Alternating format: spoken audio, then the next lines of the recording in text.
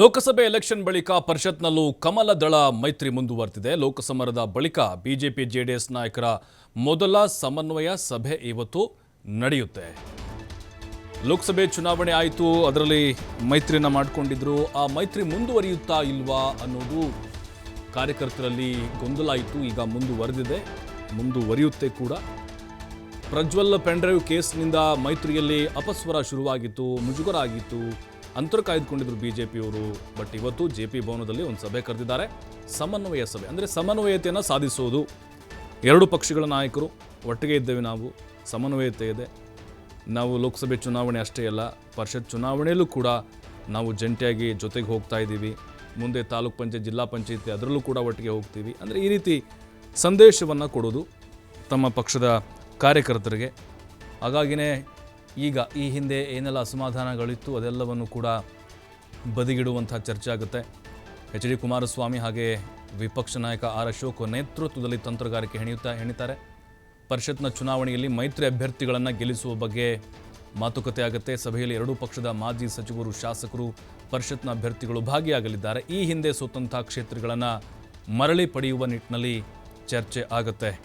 ಯಾಕಂದರೆ ಪ್ರಜ್ವಲ್ ಪೆನ್ಡ್ರೈವ್ ಕೇಸ್ನಿಂದಾಗಿ ಎರಡೂ ಪಕ್ಷಗಳಿಗೆ ಸಹಜವಾಗಿ ಮುಜುಗರ ಆಗ್ತಾ ಇದೆ. ಆದರೆ ಬಿಜೆಪಿಯವರು ಅಂತರವನ್ನು ಆರಂಭದಲ್ಲಿ ಕಾಯ್ದುಕೊಂಡು ಬರ್ತಾ ಇದ್ರು, ನ್ಯೂಟ್ರಲ್ ಆಗ್ತಾ ಇದ್ರು. ಆದರೆ ಪರಿಸ್ಥಿತಿ ಹೇಗಪ್ಪ ಇದು? ಜೆ ಡಿ ಎಸ್ನೊಂದಿಗೆ ಹೋಗಬೇಕಾ ಬೇಡವಾ? ನಾವು ಕಾರ್ಯಕರ್ತರು ಪ್ರಶ್ನೆ ಮಾಡ್ತಾ ಇದ್ದಾರೆ. ಅವ್ರ ಜೊತೆಗೆ ಹೋಗೋದು ಬೇಡ, ಈ ರೀತಿ ಕಳಂಕ ಇದೆ, ಆರೋಪ ಇದೆ, ರಾಷ್ಟ್ರ ಮಟ್ಟದಲ್ಲಿ ಚರ್ಚೆ ಆಗ್ತಾ ಇದೆ. ನೀವು ಅವ್ರ ಜೊತೆಗೆ ಮತ್ತೆ ಕೈ ಜೋಡಿಸಿದ್ರೆ ಅದು ಡ್ಯಾಮೇಜ್ ಆಗಿಬಿಡುತ್ತೆ ಅಂತ. ಹಾಗಾಗಿ ಆ ಎಲ್ಲ ಗೊಂದಲಕ್ಕೆ ತೆರೆ ಎಳೆಯುವಂತಹ ಪ್ರಯತ್ನಗಳು ನಡೀತಾನೆ ಇದ್ದಾವೆ. ಇವತ್ತು ಜೆಪಿ ಭವನದಲ್ಲಿ ಸಮನ್ವಯ ಸಭೆಯನ್ನು ಕರೆದಿದ್ದಾರೆ. ಎರಡೂ ಪಕ್ಷಗಳ ನಾಯಕರು ಚರ್ಚೆನ ಮಾಡ್ತಾರೆ. ಈ ಹಿಂದೆ ಸೋತಂತಹ ಕ್ಷೇತ್ರಗಳನ್ನು ಮತ್ತೆ ಗೆಲ್ಲಬೇಕು ಅನ್ನುವಂತಹ ಚರ್ಚೆಯನ್ನು ಮಾಡಲಿದ್ದಾರೆ. ಅಂದರೆ ಈಗ ಪರಿಷತ್ನ 6 ಸ್ಥಾನಗಳಿಗೇನೋ ಚುನಾವಣೆ ನಡೆಯುತ್ತಲ್ವ, ಆ ಚುನಾವಣೆಯಲ್ಲಿ ಮತ್ತಷ್ಟು ಮಾಹಿತಿ ಎಲ್.ಎನ್. ಸ್ವಾಮಿ ನೀಡ್ತಾರೆ. ಎಲ್.ಎನ್. ಸ್ವಾಮಿ, ಈ ಪೆನ್ಡ್ರೈವ್ ಕೇಸ್ಗೆ ಸಂಬಂಧಪಟ್ಟಂತೆ ಮೈತ್ರಿ ಮುಂದುವರಿಯುತ್ತಾ ಇಲ್ವಾ ಅನ್ನುವಂಥ ಗೊಂದಲ ಕಾರ್ಯಕರ್ತರಲ್ಲಿತ್ತು. ಬಟ್ ಈಗ ಇವತ್ತಿನ ಸಭೆ ನೋಡ್ತಾ ಇದ್ರೆ ಯಾವ ರೀತಿ ಸಮನ್ವಯತೆಯನ್ನು ನಾವು ಸಾಧಿಸ್ತಾ ಇದ್ದೇವೆ ಅನ್ನುವಂಥ ಸಂದೇಶ ರವಾನೆ ಆಗ್ಬೋದು ಅನ್ನೋದು?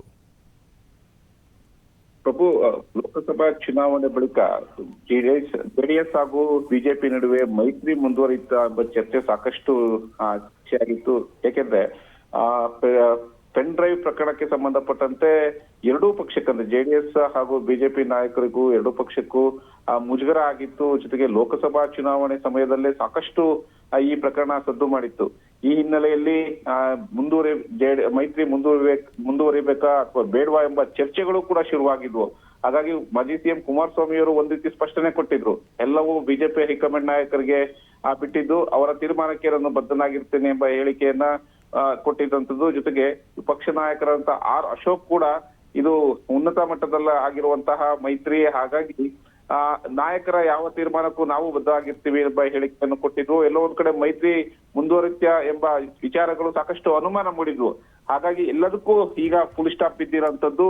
ಮುಂಬರುವ ಚುನಾವಣೆಗಳಲ್ಲೂ ಕೂಡ ಮೈತ್ರಿ ಸಮಬಲ ಹಾಗೂ ಪೈಪೋಟಿ ಪ್ರಾಬಲ್ಯವನ್ನು ತೋರಿಸೋದಕ್ಕೆ ನಾಯಕರು ಮುಂದಾಗಿರುವಂಥದ್ದು. ಈ ಹಿನ್ನೆಲೆಯಲ್ಲಿ ಇವತ್ತು ಜೆಡಿಎಸ್ ಹಾಗೂ ಬಿಜೆಪಿ ನಾಯಕರ ಸಮನ್ವಯ ಸಭೆ ಇವತ್ತು ನಡೆಯುವಂಥದ್ದು ಜೆಡಿಎಸ್ ಕಚೇರಿಯಲ್ಲಿ. ಅದು ವಿಶೇಷವಾಗಿ ಇವತ್ತು ಬಿಜೆಪಿ ನಾಯಕರು ಜೆಡಿಎಸ್ ಕಚೇರಿಗೆ ಆಗಮಿಸ್ತಾರೆ. ಅಲ್ಲಿ ಆ ಸಮನ್ವಯ ಸಮಿತಿಯಲ್ಲಿ ಭಾಗವಹಿಸ್ತಾರೆ. ಪ್ರಮುಖವಾಗಿ ಪರಿಷತ್ ಚುನಾವಣೆ ಎದುರಾಗ್ತಾ ಇದೆ. ಆ ಪರಿಷತ್ ಚುನಾವಣೆಯಲ್ಲಿ ಪರಿಷತ್ನಲ್ಲಿ ಸಂಖ್ಯೆ ಬಲ ಹೆಚ್ಚಿಸಿಕೊಳ್ಳೋದಕ್ಕೆ ಯಾವ ರೀತಿ ರಣತಂತ್ರ ಹೂಡಬೇಕು, ಅಭ್ಯರ್ಥಿಗಳನ್ನ ಗೆಲ್ಲಿಸೋದಕ್ಕೆ ಯಾವ ರೀತಿ ಮತ್ತೆ ಲೋಕಸಭಾ ಚುನಾವಣೆಯಲ್ಲಿ ಒಗ್ಗಟ್ಟಾದಂತೆ ಈ ಪರಿಷತ್ ಚುನಾವಣೆಯಲ್ಲೂ ಕೂಡ ಒಗ್ಗಟ್ಟಾಗಿ ಅಭ್ಯರ್ಥಿಗಳನ್ನ ಗೆಲ್ಸ್ಕೊಳ್ಬೇಕು. ಪರಿಷತ್ನಲ್ಲೂ ಕೂಡ ಕಾಂಗ್ರೆಸ್ ನಾಯಕರಿಗೆ ಒಂದು ತಿರುಗೇಟು ಕೊಡಬೇಕು ಎಂಬ ಹಿನ್ನೆಲೆಯಲ್ಲಿ ಇವತ್ತು ಒಂದಿಷ್ಟು ಸಿದ್ಧತೆಗಳು, ಚರ್ಚೆಗಳು ಹಾಗೂ ಮುಂಬರುವ ದಿನಗಳಲ್ಲಿ ಯಾವ ರೀತಿ ಇನ್ನೂ ಒಂದಾಗಿ ಹೋರಾಟ ಮಾಡಬೇಕು ಎಂಬ ಹಿನ್ನೆಲೆಯಲ್ಲಿ ಮಾಜಿ ಸಿಎಂ ಕುಮಾರಸ್ವಾಮಿ ಹಾಗೂ ವಿಪಕ್ಷ ನಾಯಕ ಆರ್ ಅಶೋಕ್ ನೇತೃತ್ವದಲ್ಲಿ ಇವತ್ತು ಸಮನ್ವಯ ಸಮಿತಿ ನಡೀತಾ ಇರೋಂಥದ್ದು.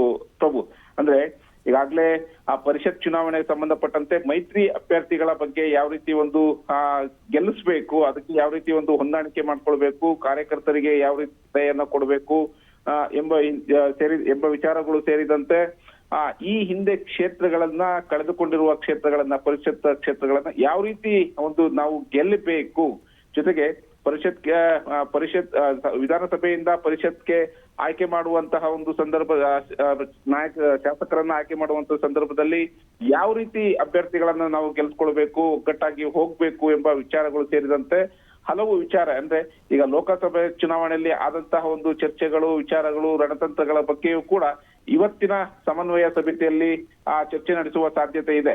ಒಟ್ಟಾರೆಯಾಗಿ ಮೈತ್ರಿ ಮುಂದುವರಿದಿದೆ ಎಂಬ ಸ್ಪಷ್ಟನೆ ಕೊಡೋದು, ಜೊತೆಗೆ ಪರಿಷತ್ ಚುನಾವಣೆ ಸೇರಿದಂತೆ ಮುಂಬರುವ ಚುನಾವಣೆಗಳಲ್ಲೂ ಕೂಡ ಹೊಂದಾಣಿಕೆ ಮಾಡ್ತೀವಿ ಎಂಬ ಸಂದೇಶವನ್ನ ಇವತ್ತಿನ ಸಭೆಯಲ್ಲಿ ರವಾನಿಸುವಂತದ್ದು ಪ್ರಭು. ಅಂದ್ರೆ ಎಲ್.ಎನ್. ಸ್ವಾಮಿ, ಈಗ ವಿಧಾನಸಭೆ ಚುನಾವಣೆಯಲ್ಲಿ ಎರಡೂ ಪಕ್ಷಗಳು ಕೂಡ ಹೀನಾಯ ಪ್ರದರ್ಶನ ನೋಡಿದ್ವಿ. ಲೋಕಸಭೆ ಚುನಾವಣೆಯಲ್ಲಿ ಮೈತ್ರಿ ಏನೋ ಆಯಿತು, ಬಟ್ ರಿಸಲ್ಟ್ ಬರಬೇಕು.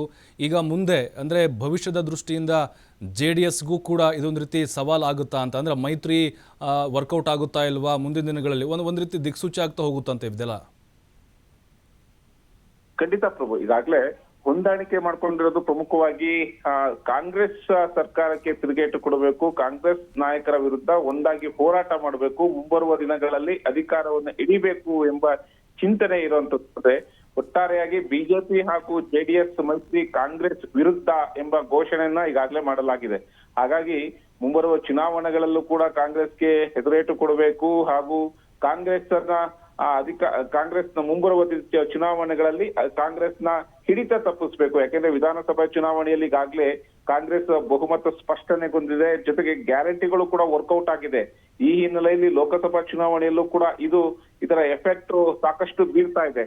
ಹಾಗಾಗಿ ಮೈತ್ರಿ ಕೂಡ ಒಂದ್ ರೀತಿ ಬಿಜೆಪಿ ಹಾಗೂ JDSಗೆ ಅನಿವಾರ್ಯ ಹಾಗೂ ಮುಂಬರುವ ದಿನಗಳಲ್ಲಿ ಕಾಂಗ್ರೆಸ್ ಅನ್ನ ಎದುರಿಸಬೇಕಾದಂತ ಸಂದರ್ಭದಲ್ಲಿ ಕಾರ್ಯಕರ್ತರಿಗೆ ಕರೆ ನೀಡುವುದು, ಜೊತೆಗೆ ಹೊಂದಾಣಿಕೆ ಮಾಡಿಕೊಂಡು ಹೋದಂತ ಸಂದರ್ಭದಲ್ಲಿ ಇನ್ನೂ ಹೆಚ್ಚಿನ ಪ್ರಾಬಲ್ಯ ಸಾಧಿಸಬಹುದು. ಯಾಕೆಂದ್ರೆ ಮುಂಬರುವ ಜಿಲ್ಲಾ ಪಂಚಾಯತ್ ಹಾಗೂ ತಾಲೂಕ್ ಪಂಚಾಯತ್ಗಳು ಬರ್ತಾ ಇದೆ, ಜೊತೆಗೆ BBMP ಚುನಾವಣೆ ಕೂಡ ಬರ್ತಾ ಇದೆ.